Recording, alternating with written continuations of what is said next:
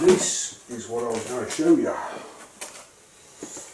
I want to plank of wood up here. Let's have some wood. Some taps everywhere, there's stuff everywhere now. Oh man.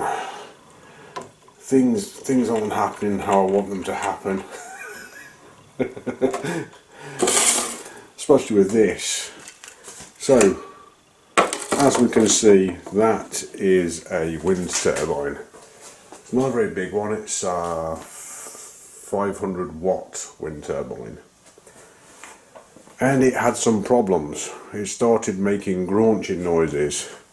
Now I will show you inside it eventually, but for tonight I've done enough now. I'm not taking the front cover off because it means getting bits everywhere. But you can see inside there where two bearings would go, and inside there, well, you can actually see the rotor inside there. You can see some of the brushes and some of the windings. Inside there's where another two bearings go, and it's not machined very well, as you can quite clearly see.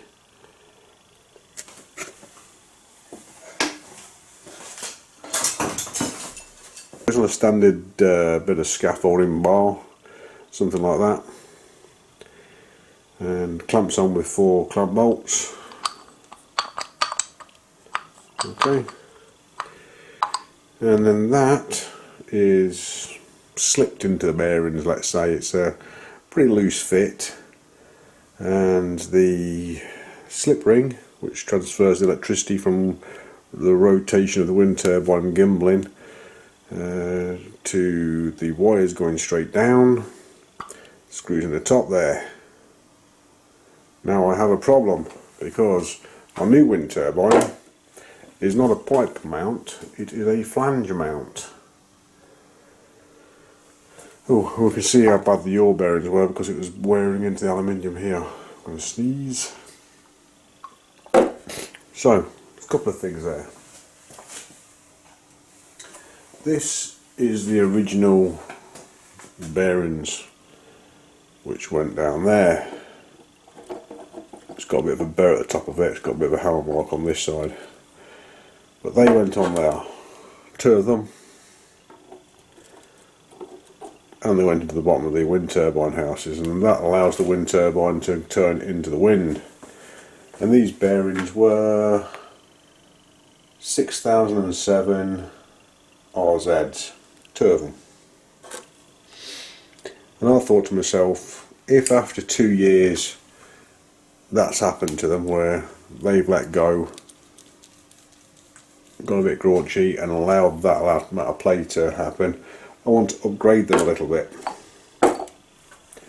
So I get these bearings, and these bearings are 6206 2RSs. So they're a step up, and they're slightly wider. Shall I say longer, as you can see. Maybe you can see, zoom in a little bit so you can get a better video of that. Still can't see it very well. These 2 bearings are not as wide as these 2 bearings. Not sure if you're seeing that. There. So there's a few mil there. And the other thing that you need to know is the ball bearings inside this are bigger, so the hole in the centre is smaller. There we go. And that means that this bearing no longer fits on that, but that second bit of casting there seems to slip over that quite nicely. Maybe this was a second option.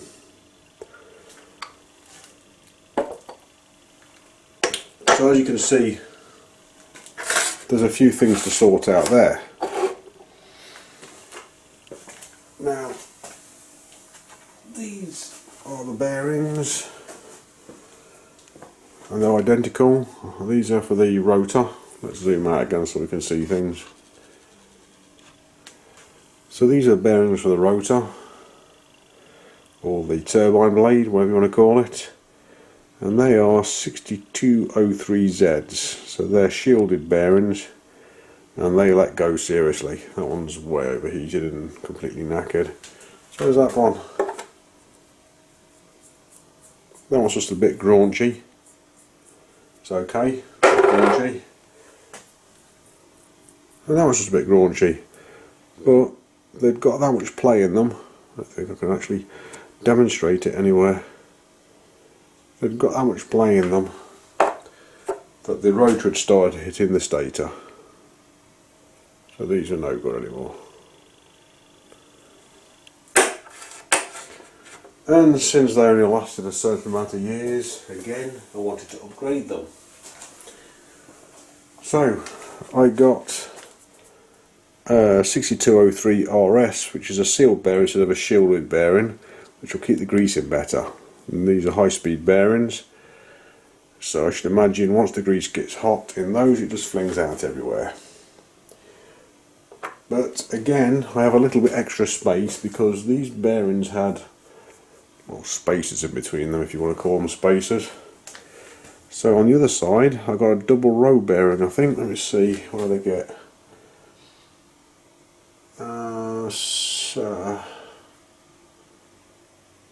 6203, is it? I think I've got a 6203 there. 5203. 5203 RZ, Japanese made bearing, made in Japan. And this one is a West German bearing, made in West Germany, so that's a real old stock bearing. The rubber might be a little bit hard, but it is very smooth, that is for certain. New old stock, and they're slightly higher than the original bearings as well, but that makes no difference because the housing had that extra space. That's why I ordered these specific bearings. Now in the case of these two bearings, not a problem. They go straight on to the rotor, gets pressed together, hey presto, fixed, not a problem. No spacer required anymore. But for this one I need to either modify this or make a new one of these. Righty-ho, here are the pieces from inside the wind turbine. Might get a bit more light on the light. I hope if I can do it without knocking the lights all the way off. Who knows what these lights do? They have a mind of their own. There we go. Until you get them right.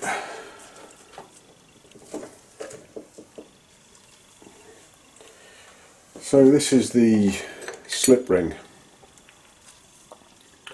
of which I was talking about, and the brushes, each one rests against one of those copper rings, and each one of those copper rings is attached to one of those wires, and that's where you get your three-phase wire, three-phase power down your wind turbine shaft, because obviously the wind turbine pivots around and it needs to get the power down without twisting the wires up, and that's what prevents the wires from twisting. There you'll have the, here is the windings or the stator, and there's the three brushes that sit on the slip ring. So this is where the blades turn the rotor inside that, but that has to spin round and face the wind at all times, otherwise it doesn't work, and they go around the outside of that and translate the power down the wind turbine without twisting up. So that's the slip ring.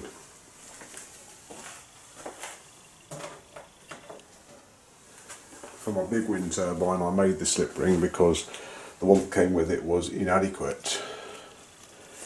Then there's a sealing ring, and that goes in between the faceplate here and the main body, and that just seals moisture out, and as you can see from the lack of corrosion inside there, that rubber sealing ring does its job.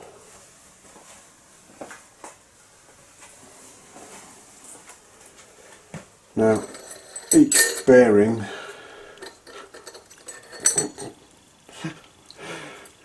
should I say the lower bearing, the bigger bearings require one circlip, but they had two more circlips jammed in between them as spacers. They were the spacers, those two there. So if I measure that thickness there and the difference in thickness on the new bearings, that should be taken up by taking those out. So we're at the moment. And then in the top, we've got the springs for the slip rings. Don't want to lose them. Put them back onto the rotor because they stick to that nicely. This is the magnetic rotor. It's got rare earth magnets in. Now you can see where it started rubbing. That's because the bearings are gone and it started rubbing against the stator, and it was also rubbing against the casing as well. So it was rubbing against this part of the casing here as well. And thank you very much to the poor pigeon that sacrificed itself by flying into one of the blades and breaking the blade. Found it in the back garden all chopped up. That forced me to go up and take the wind turbine down, and not a moment too soon really, because it was just starting to destroy itself. Anyway, that's the rotor. It's magnetic, and if you get anywhere near metal it clings on pretty powerfully because these are neodymium magnets inside it. It looks like it's got silicon and steel laminate between it to increase the magnetic field, and this has a lot of grab on the stator. It goes clunk clunk clunk clunk clunk clunk clunk. It really is notchy. It's got quite a lot of grab, stick grab on it. That's the rotor.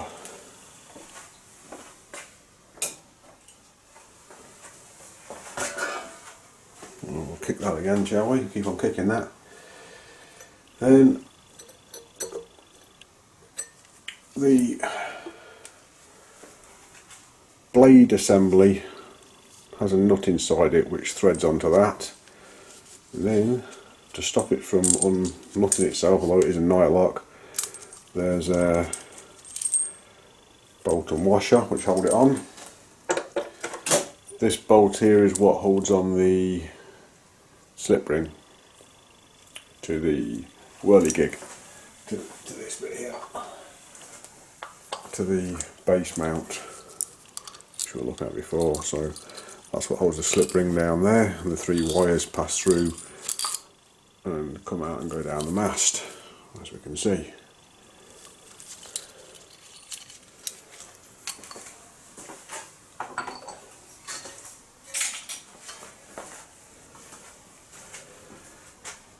Now up here there's two circlips, one internal and one external circlip, as you can see.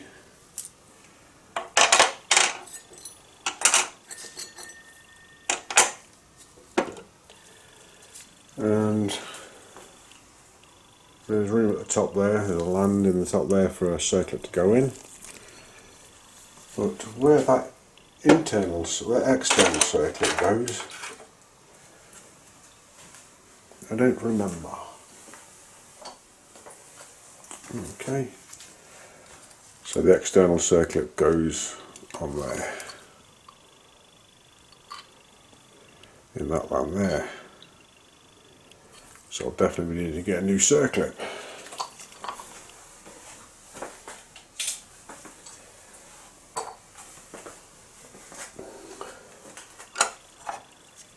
Then we have two split washers which are pretty mangled, and they were used as spacers for the top bearing.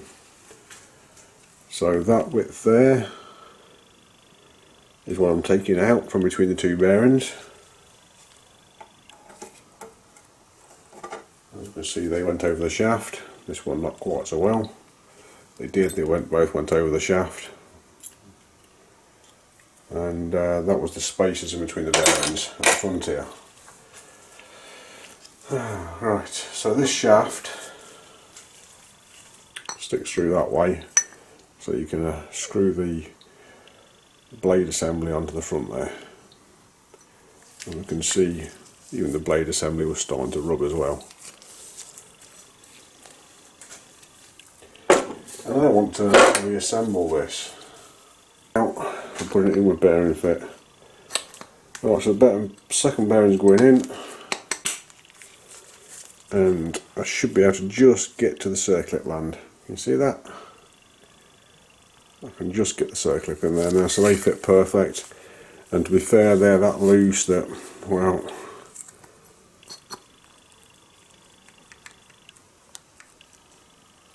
they are loose. So I'm going to put them in with bearing fit. So we'll clean them all back up again. We clean that out with brake cleaner, make sure it's nice and dry and free from oil. A little bit stupid putting the oil in there in the first place, not to worry. And then we'll put them in with bearing fit.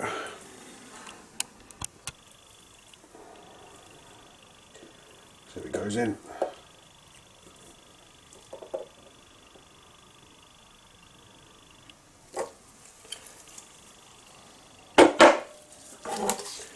Don't think it will, but we have to try. So I'm just going to get rid of all this stuff out of here, because I'm going to get a bit of a punch and get a little bit aggressive with it to try and make that seat. I don't think it will.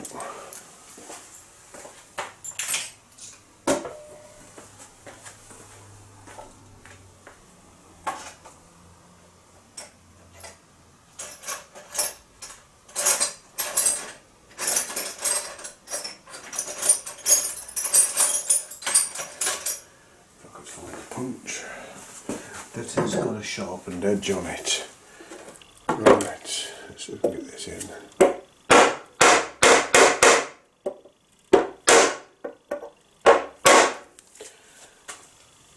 No, I'm going to have to take that out.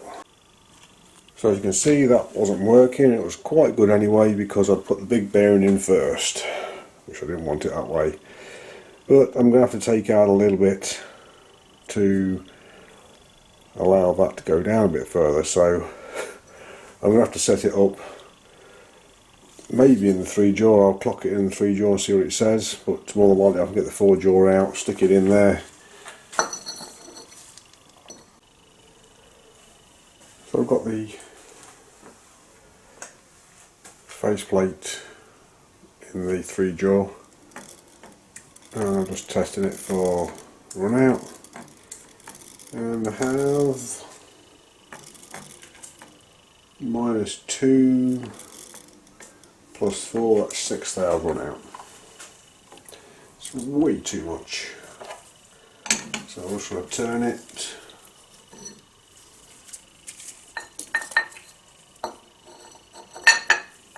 Degree. Clamp it again. Hopefully not over clamp it. I felt like it might have been over clamped.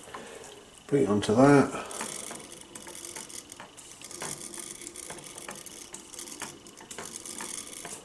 -1.5 plus 4.5. 6 thou.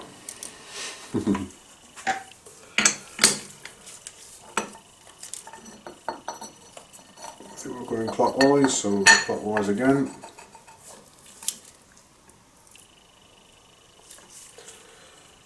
Try it again.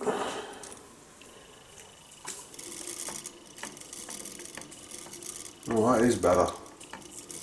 That's 3 thou.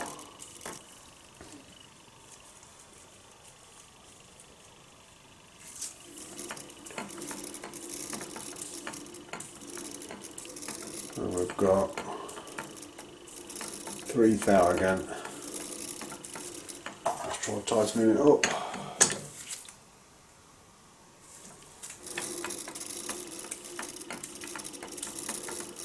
Got 3 thou there, and it's not very well engineered, is it? 3 thou there and 3 thou on the back face. Just take it off of that. It touches and bring it off. Bring it in until it touches the back face. A little bit, it's not too much. It to 0.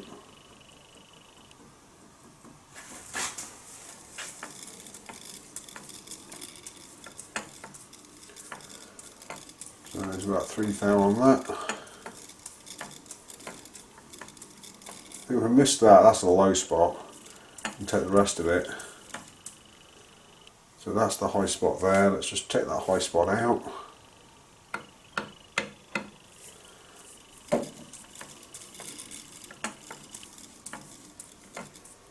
And a bit of high spot there.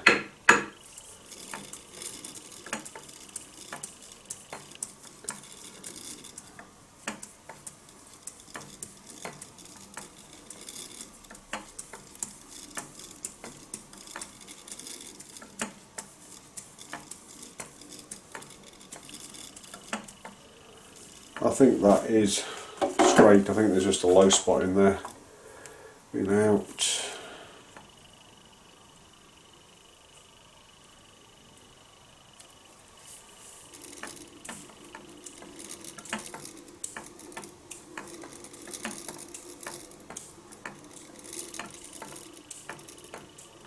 That's pretty close. I'd say that's close enough. A little bit of a wider shot there. So the setup here is a long reach dial indicator, a boring bar, and the boring bar is just, if you look at it, it now butts up against the bottom of the circlip land. So I'm going to wind off that land. We're at 0. Well, I've just repeated it within 1 thou, so that must be pretty close. And now I'm going to wind all the way down, watching the gauge until I hit the bottom.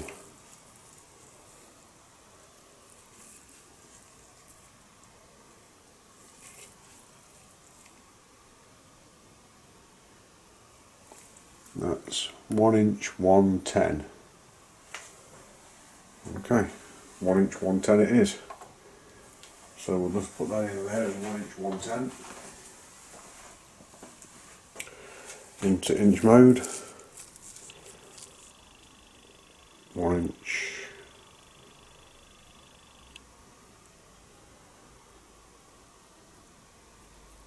.110. That's 28.2. Now I was measuring 28.5, 28.7. So I am going to do it again. Okay, so I have that tool. It is for doing internal grooving with. I'm trying to steady the camera a little bit. There we go. Let's see if that will do the measurements I require. I'm pretty sure it will. Oh my good night. Right, let's zero the gauge out again. And wind it off. Back on. 1 thou deviation, or about half a thou.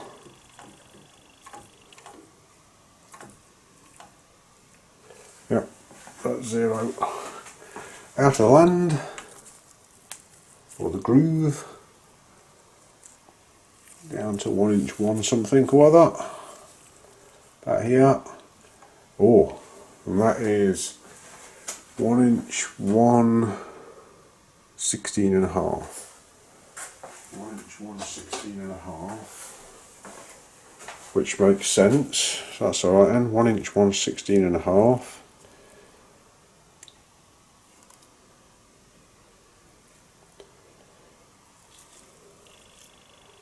So 28.4, where was about the smallest I was looking at, okey-dokey. And I think we'll try one more reading on that. 1 inch 119, 28.43. So I've got to take 0.9 millimeters out of it because the two bearings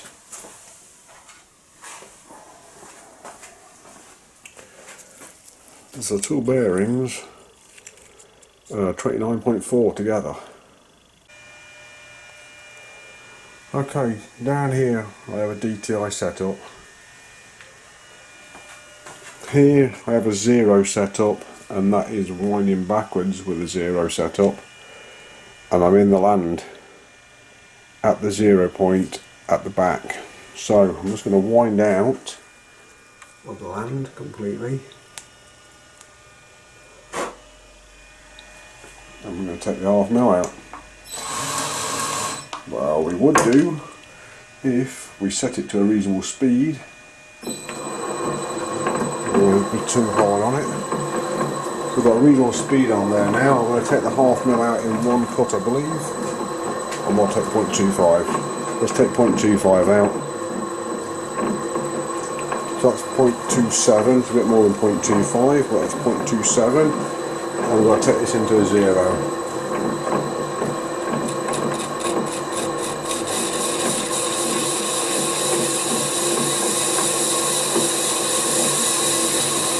We'll see how much material we've got left then.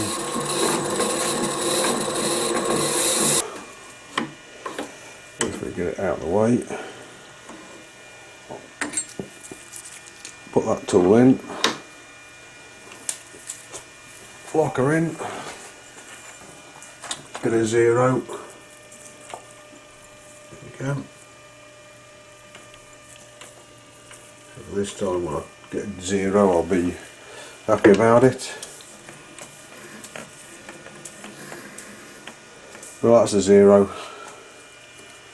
Get that out of the way. That is a 0.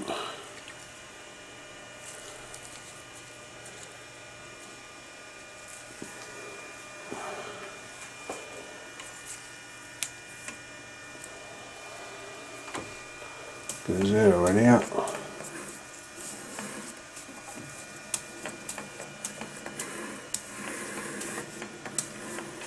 There's a 0.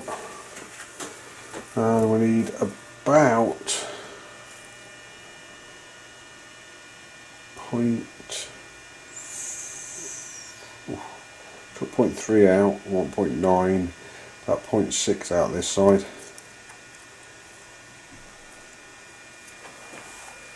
So I'm going to take 0.5 just because, and there's a 0 there. And if we put it into gear we might get somewhere.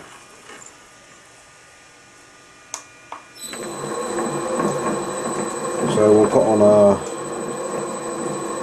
0.2 cut.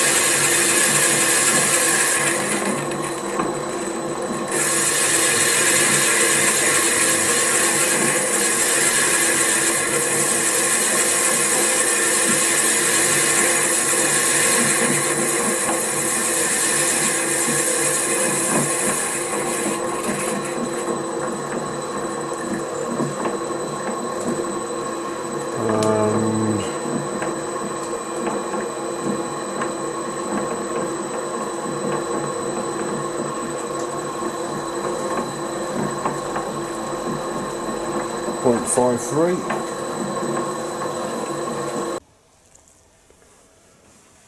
Alrighty, we have everything required to rebuild it, I think.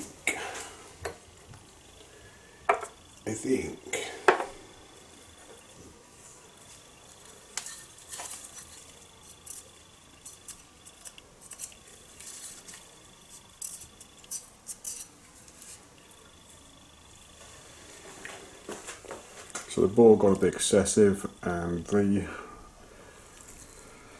land of the circlip's a bit close to the edge. It might be a bit dangerous, but I am gluing the bearings in.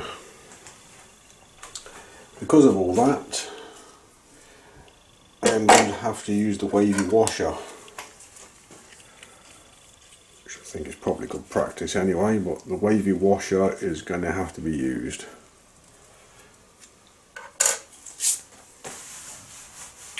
There's a little bit of play in it. I don't know how, but there is. So let's get some bearing seater going at it.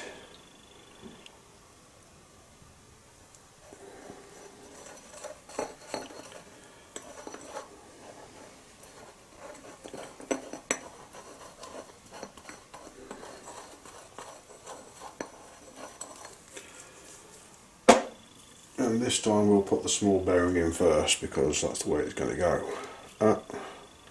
After the wavy washer. After the wavy washer. There we go.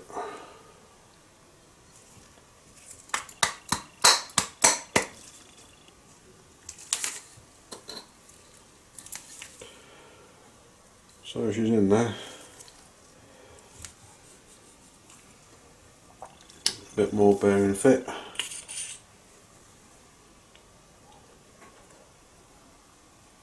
Not too much, because we've already got a considerable amount in there. Okay.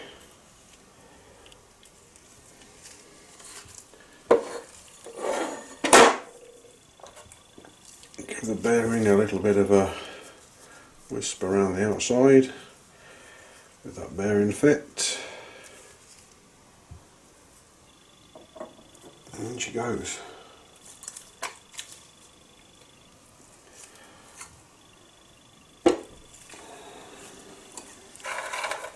Check the circlip's going the right way. It should ping off the circlip pliers, not draw onto them. And there she is, she's in. And she's got a bit of glove as well.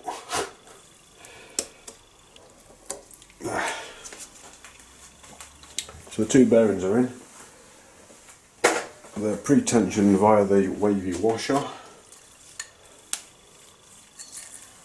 And both the bearings work in unison. Cool. I can get the bearing fit out of the way. I can't remember how difficult this was. I suspect it was quite difficult. Yeah, I suspect this was quite difficult to put in. So we'll tap this back in again.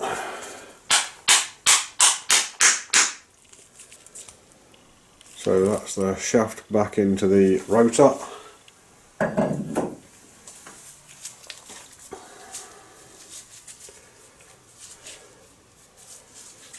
Wipe all the metally bits to one point and take them all off.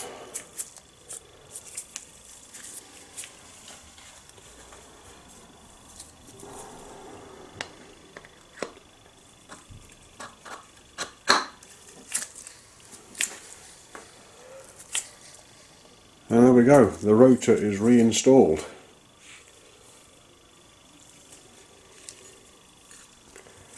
That's all that holds it in. So now I can